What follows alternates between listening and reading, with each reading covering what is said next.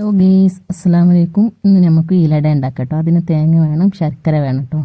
പിന്നെ നമ്മൾ നല്ല തിളച്ച വെള്ളത്തിൽ നല്ല പത്തിരിപ്പൊടി നല്ലോണം വാട്ടിയെടുത്തിട്ടോ, നല്ല സോഫ്റ്റാക്കി നല്ല ലൂസിൽ പരത്താൻ ലൂസിൽ ഇതാക്കിയെടുക്കണം. പിന്നെ വാഴൻ്റെ ഇല മുറിച്ച് വാഴൻ്റെ ഇല നല്ലപോലെ കഴുകി വാട്ടിയെടുത്തിട്ടോ, വാട്ടിയിട്ട് ഗ്യാസുമായിട്ട് നല്ലപോലെ വാട്ടിയെടുത്ത് ഇതാക്കി. പിന്നെ തേങ്ങയിലേക്ക് ഏലക്കായും ചെറിയ ജീരകവും ഇട്ടിട്ടോ, ചെറിയ ജീരകവും ഇട്ട് നല്ലോണം മിക്സ് ചെയ്തതിന് ശേഷം നമ്മൾ ശർക്കര ഇടുന്നുണ്ട് കേട്ടോ. ശർക്കര ഇട്ട് നല്ല പോലെ മിക്സ് ചെയ്ത്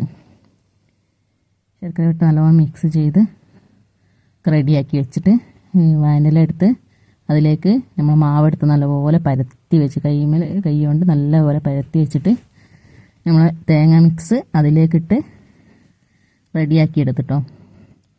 അങ്ങനെ എല്ലാം ഫുള്ള് അങ്ങനെ റെഡിയാക്കി എടുത്ത് ഇഡ്ഡലി ചെമ്പിൽ വെള്ളം വെച്ച് നല്ലപോലെ തിളയ്ക്കാൻ വെച്ച് ആവി വരുന്ന കണ്ട് അതിലേക്ക് എടുത്ത് വെച്ച് തിളച്ചപ്പോൾ അതിലേക്ക് ആവി കയറ്റാൻ വേണ്ടി എടുത്ത് വെച്ച് നല്ല തിളച്ച് ഒരു 10-15 മിനിറ്റ് നമ്മൾ ആവിയിൽ വേവിക്കുക തന്നെ വേണം കേട്ടോ. അങ്ങനെ വേവിച്ച് നല്ല വെന്തത് കണ്ടപ്പോൾ എടുത്ത് നല്ല ടേസ്റ്റ് ചൂടോടൊക്കെ നല്ല ടേസ്റ്റിൽ തിന്നിട്ടോ.